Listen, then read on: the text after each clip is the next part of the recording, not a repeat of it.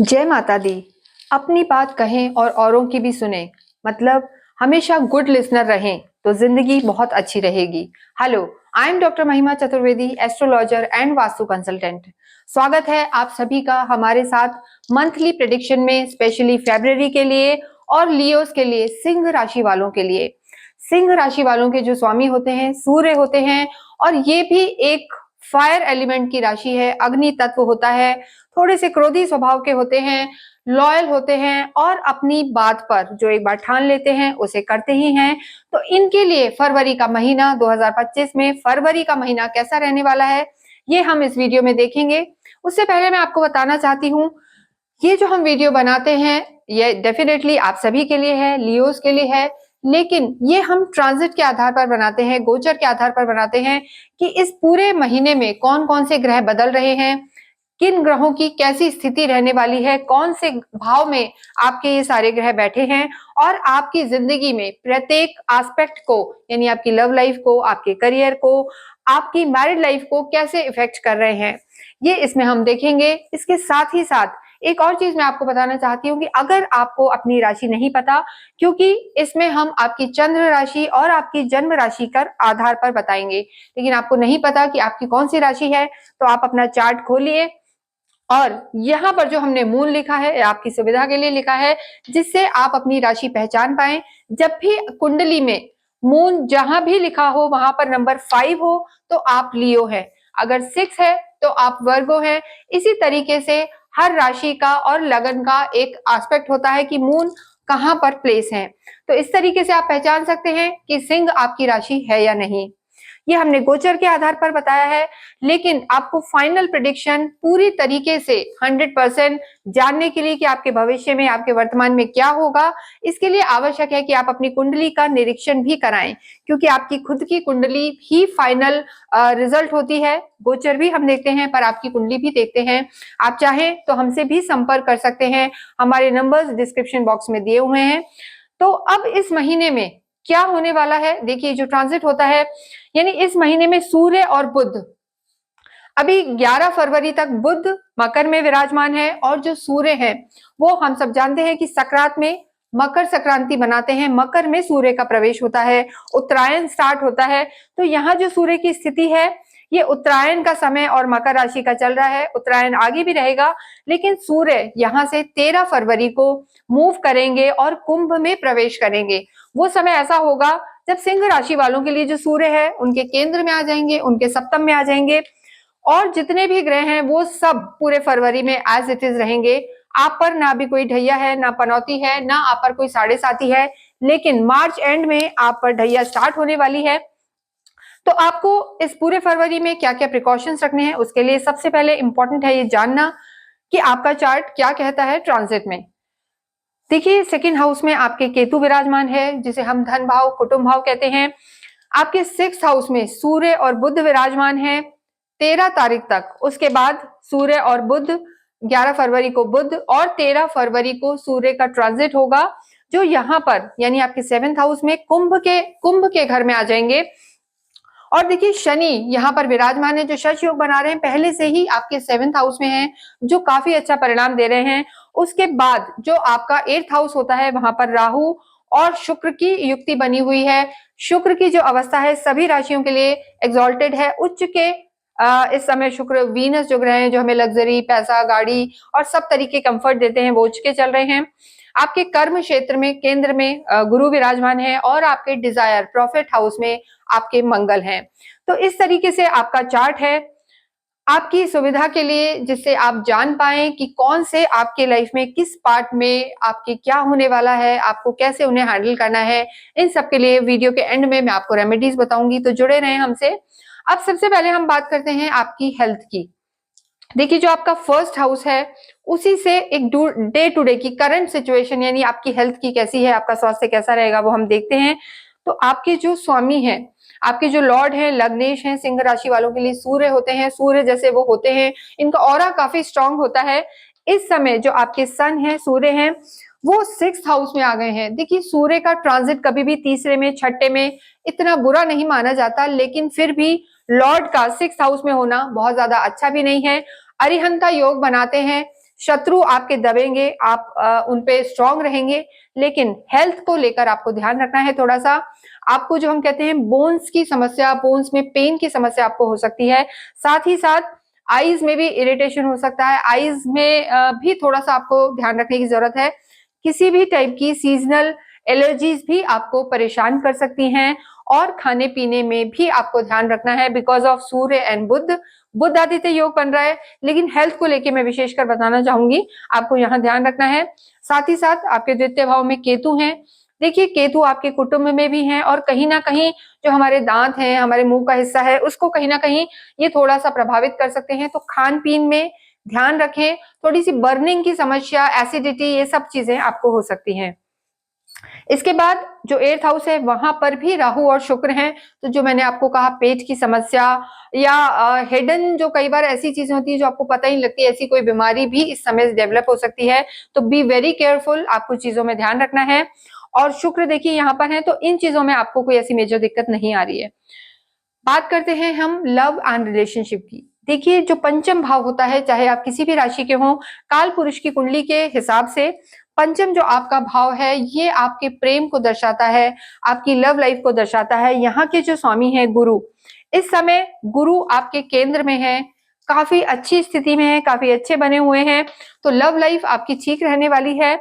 देखिए आप खुद सूर्य है, यानी लव लाइफ में अगर कहीं प्रॉब्लम आएगी तो आपकी खुद के वजह से आएगी, क्योंकि सूर्य है, आप 6th हाउस में चले गए हैं, और गुस्सा आपका ऑलरेडी होता है, और ऑलरेडी आप शत्रु के हिसाब से अभी हैंडल करेंगे, तो वो चीज आपके वजह से दिक्कत हो सकती है। लेकिन जो आपके लवर होंगे, आपके पार्टनर होंगे, वो गुरु हैं, वो थोड़ा सा मेच्योरिटी से हैंडल करेंगे, हो सकता है शांत हो जाए, तो आपकी लव लाइफ ठीक रहेगी। लेकिन गुरु भी शत्रु घर में है, तो कहीं ना कहीं एक चीज मैं दोनों को ही कहना चाहूंगी, आइदर आप और आपके फ्रेंड और पार्टनर, आप दोनों को ही एक मेच्योरिटी से चलना है, और दूसरों के कहने से चीजों को खराब नहीं करना है। और अक्सर ऐसा होता है कि थर्ड पार्टी जो सिचुएशन होती है उसमें जरूर लव लाइफ डैमेज होती है, तो उसको आप ध्यान रखेंगे तो आपकी चीजें ठीक रहेंगी। अदर जो आपके रिलेशन है, आपके कुटुंब में केतु बैठे हुए हैं, तो केतु की जो स्थिति है, देखिए धन भाव भी इसे हम कहते हैं और कुटुंब का भाव भी कहते हैं। तो सब कुछ होते हुए भी कहीं ना कहीं थोड़ा सा भागा दौड़ी की सिचुएशन रह सकती है। उतना समय आप घर वालों को नहीं दे पाएंगे, उस वजह से थोड़ा सा आपके एल्डर्स चीजों में हो सकता है बुरा मान जाए, या घर में भी थोड़ा सा खींचातानी रह सकती है। तो इस चीज को आपको ध्यान रखना है। बाकी आपके बड़े भाई बहनों से आपको सपोर्ट रहेगा, चीजें आपकी ठीक रहेंगी। तो रिलेशनशिप को लेके अगर मैं बात करूं तो चीजें आपकी अच्छी हैं फरवरी महीने में, क्योंकि जो गुरु हैं वो काफी लंबे समय से यही हैं, और आगे अभी 15 मई तक यही रहने वाले हैं। तो ऐसी कोई दिक्कत यहाँ पर नजर नहीं आ रही है। बात करते हैं हम मैरिज की। देखिए जो आपका 7th हाउस होता है, वो उससे हम मैरिज को देखते हैं। यहाँ पर आपके शनि विराजमान है, और 2nd हाफ में यानी 13-14 फरवरी के बाद यहाँ पर सूर्य और बुध भी आ जाएंगे। तो अगर मैं मैरिड लाइफ की बात कहूँ तो आपको अपने हस्बैंड से, वाइफ से, सब जो आपके स्पाउस हैं उनसे काफी अच्छा सपोर्ट रहेगा। मैरिड लाइफ बहुत अच्छी है। लेकिन 13-14 फरवरी के बाद आपको सिर्फ अपने टेम्परामेंट का ध्यान रखना है, क्योंकि सूर्य है, सूर्य आपकी लगन को भी देखेंगे, शनि के साथ भी होंगे, तो कहीं ना कहीं मानसिक तनाव, द्वंद्व की स्थिति रह सकती है, खींचातानी रह सकती है, परेशान रह सकते हैं टेम्परामेंट के कारण, गुस्से के कारण। तो उसको थोड़ा सा कंट्रोल रखें। काफी अच्छा समय रह सकता है मैरिड लाइफ के लिए फरवरी महीना आपके लिए। घूमने फिरने जाएंगे, ट्रैवल है फैमिली के साथ, धार्मिक यात्राएं भी हो सकती हैं। तो ओवरऑल अगर हम कहें आप अपने क्रोध को संभाल कर चलेंगे तो मैरिड लाइफ आपकी अच्छी रहेगी। और जिन लोगों का विवाह नहीं हुआ है और वो चाहते हैं, तो 14 फरवरी के बाद उनके लिए समय अच्छा है। 14 से 27-28 तक का जो समय रहेगा वो आपके लिए न्यू जो हम कहते हैं अलायंस बनाने के लिए, संबंधों के लिए अच्छा रहेगा। बात करते हैं हम करियर की। देखिए 10th भाव से जो कर्म का क्षेत्र होता है वो आपका 10th हाउस है। यहाँ पर गुरु विराजमान है, तो केंद्र में गुरु का होना बहुत अच्छा माना जाता है। केंद्र में जब गुरु हैं, बेशक वो अपने शत्रु राशि में है, लेकिन फिर भी गुरु की स्थिति काफी अच्छी है। गुरु की दृष्टि आपके सुख भाव में भी है, तो कहीं ना कहीं मानसिक शांति आपको देंगे गुरु। और कर्म भी आपका अच्छा रहेगा, आध्यात्मिक रहेंगे, एथिकल रहेंगे। तो ये चीजें आपकी अच्छी बनी हुई हैं।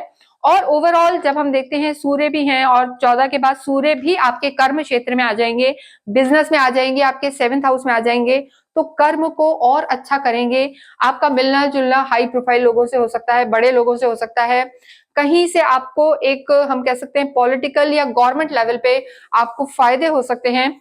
तो कर्म को लेके, बिजनेस को लेके जो स्थिति बनी हुई है वो आपकी 13 फरवरी के बाद ज्यादा अच्छी रहेगी। बाकी गुरु भी यहाँ पर हैं और गुरु की 7th दृष्टि यहाँ है और गुरु की जो हम नवम दृष्टि कहते हैं वो भी सूर्य पर है।